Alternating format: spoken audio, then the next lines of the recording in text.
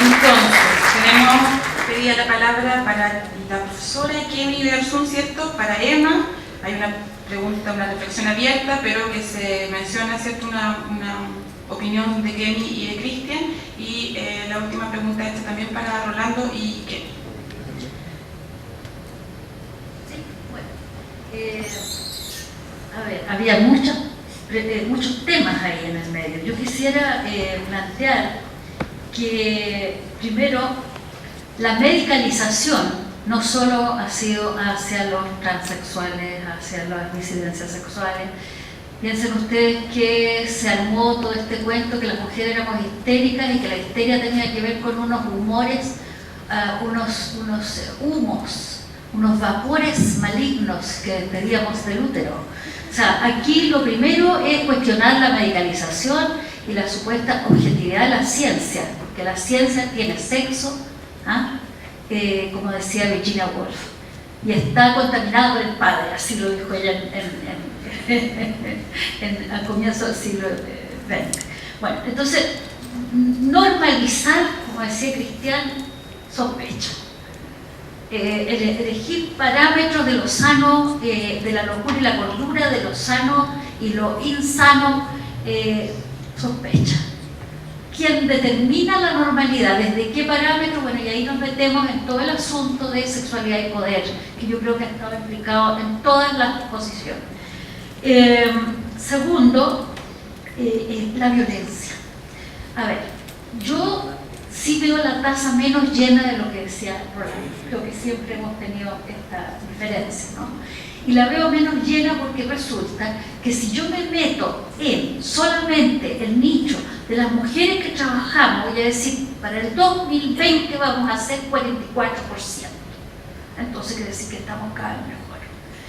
Lo importante aquí, creo que es en politizar la sexualidad, es algo que no ha ocurrido a nivel masivo, porque lo que estamos hablando es que el cuerpo sea el primer territorio de la ciudadanía, que terminemos con esta historia que la ciudadanía es de la casa, de la sábana o del cuerpo para afuera. Ese es el peor daño que nos hemos hecho como sociedad. Tengo un Estado muy fuerte, cada vez es más fuerte para la represión, pero como tenemos un fundamentalismo del mercado, cada vez está más limitado en su área de injerencia. Entonces hay un Estado represivo, pero muy fuerte, pero que deja todos los aspectos de jurisdicción del cuerpo afuera, de la cotidianidad afuera. Entonces eso es silenciar lo que hemos llamado el cuerpo como territorio de ciudadanía. Entonces estamos construyendo un cambio cultural y estamos todavía muy lejos. Yo lo siento así, estamos muy lejos de reconocer que la ciudadanía tiene que abarcar la casa, la cama, los cuerpos. En tercer lugar, me preocupan mucho los nichos, y aquí también en las preguntas aparecieron. Si yo me meto en el nicho de las mujeres que trabajan, voy a creer que estamos mejor. Si yo me meto en el nicho de los homosexuales que están trabajando y las lésbicas que estamos trabajando por el derecho a parejas del mismo sexo, voy a creer que estamos bien si hay una ley de uniones civiles.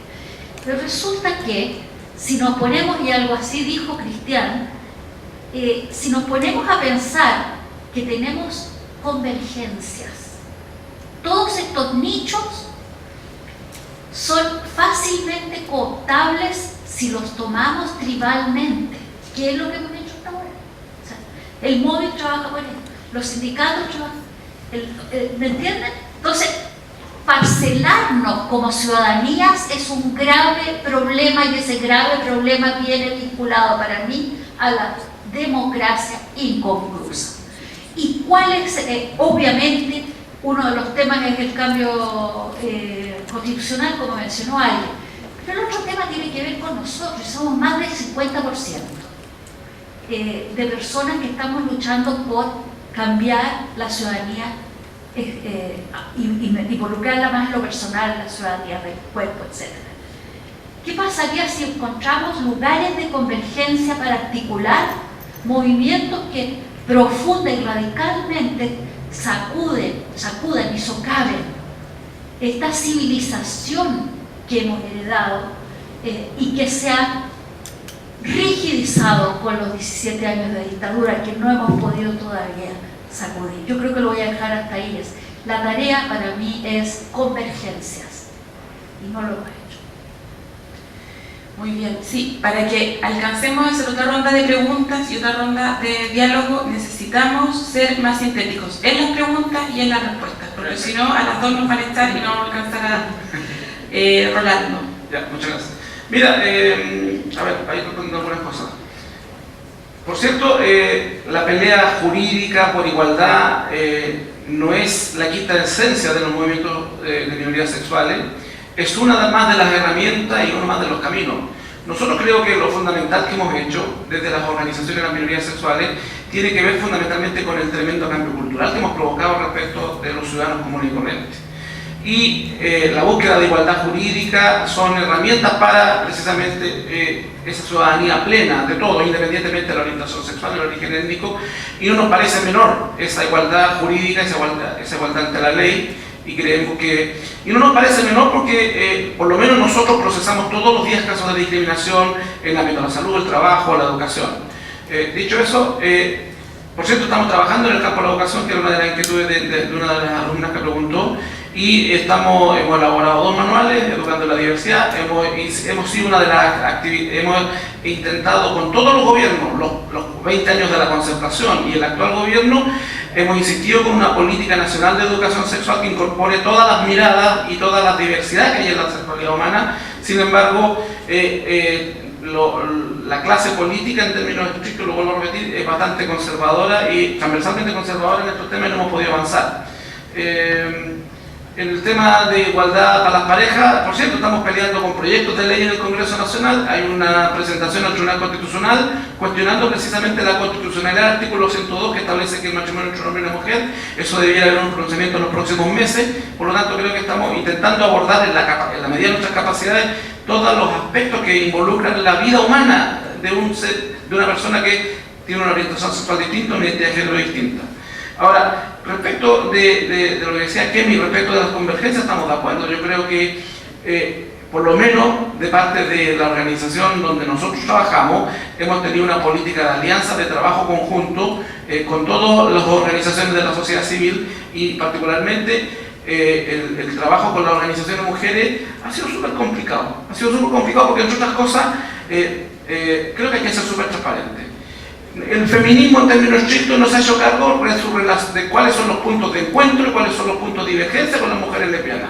No hay una reflexión profunda, sólida, concreta en ese plano. Y creo que mientras eso no se haga, va a ser imposible converger con mayor voluntad, con mayor fuerza, con mayor capacidad política para efectivamente construir alianzas. Una primera acotación que hago. Segundo, aquí las variables que tienen que ver con las militancias políticas e ideológicas de cada uno también tienen su peso en esto. Yo me atrevo a plantear qué pasó cuando durante el gobierno de la presidenta Michelle Bachelet, laica, agnóstica, socialista, el movimiento de mujeres se inhibe de opinar en contra de la incapacidad del gobierno de Bachelet de jugársela por la ley de derechos sexuales y reproductivos, cuando no innova y no plantea el tema del aborto terapéutico. O sea, a mí me dio vergüenza ajena hace unos meses atrás, cuando destacadas dirigentes feministas dicen: nosotros no criticamos al gobierno de Michelle Bachelet porque era una mujer, porque era la primera mujer presidenta de este país. Entonces, todos estos temas hay que discutirlo, digámoslo transparentemente, a calzón quitado. O sea, y nosotros, a partir de esa discusión, de ese debate transparente, honesto, respecto de cuánto hemos calculado cada uno para dar o no determinadas peleas, desde allí podemos hablar convergencias, complicidades, pero con honestidad, con transparencia. Entonces, en ese contexto, me parece que hay cuestiones, insisto, de las cuales determinadas corrientes de opinión o grupos nos han hecho cargo. Particularmente el tema de cuál es la vinculación, reitero, entre las mujeres que tienen una orientación sexual distinta y las mujeres heterosexuales que están dando la pelea política, cultural y social.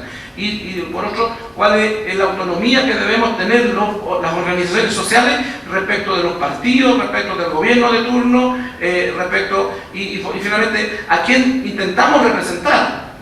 A la gente con la cual trabajamos cotidianamente y para la cual estamos demandando igualdad de derechos, o trabajamos en función de una agenda internacional, o trabajamos en función de una agenda ideológica de determinados sectores políticos. Entonces, yo creo que dilucidadas esas cuestiones, con transparencia podemos profundizar las alianzas que por cierto hemos tenido, pero que han sido muy esporádicas, que han sido muy débiles y que nos han hecho cargo de la complejidad que tiene todo este trabajo político y social por la ciudadanía plena. Y termino diciendo, no va a ser posible avanzar más sustancialmente en el actual marco institucional. Aunque a algunos les apeste el tema de la legalidad, el tema de los mecanismos que tenemos para resolver el conflicto en una sociedad democrática, van a ser imposibles de avanzar en eso si no cambiamos la Constitución Política del 80. En el marco de la Constitución Política del 80, los homosexuales, los indígenas, las mujeres, los pobres, estamos fritos. Por lo tanto, aquí más seriedad y más rigurosidad para hacer una pelea que, además de mediano y largo plazo, el que pretenda que constituyendo una asamblea constituyente básicamente está resuelto el tema, no, esto es mucho más largo. Si no, miremos lo que ha pasado con experiencias constitucionales o reformas constitucionales como la de Bolivia. En Bolivia, el gobierno progresista, indigenista de Evo, cambia la constitución y en la ley anterior... Rolando, tenemos poco tiempo, así que te voy a pedir que le demos la palabra a Cristian y a Emma. Solo ejemplo, para terminar. Solo ejemplo. La constitución establecía que el matrimonio, la boliviana antigua, era entre dos personas. La nueva, progresista, izquierdista, dice entre un hombre y una mujer. Gracias por informarnos. Hay que cambiar la chilena entonces. Cristian. Bueno, rápido. Lo que me parecía interesante de esta mesa es que se reúne justamente el feminismo, de algún modo cierto feminismo, incluyendo a Julio también, y el obligar a estar juntos de algún modo, visiones que son distintas sin duda, pero que hay lugares de convergencia y también divergencia donde es muy necesario aunar un movimiento político que, como es sabido, está despolitizado, porque justamente sucede eso, lo que decías tú, que parece que los homosexuales, por lo menos, yo trabajo en temas de medios, pareciera que están de algún modo, de repente aparecen, están y se les respeta de algún modo, pero siempre aparecen en la forma, por lo menos en los medios, como de lo no serio, lo paródico. Es decir, un homosexual nunca va a poder tener una voz seria o no tiene aún una voz de lo serio en los medios de comunicación, o también siempre aparece como la víctima. Y esas son como las dos principales apariciones de homosexual, lesbiana, lo no heterosexual, incluso la feminista, las luchas feministas también aparecen en esa sección marginal.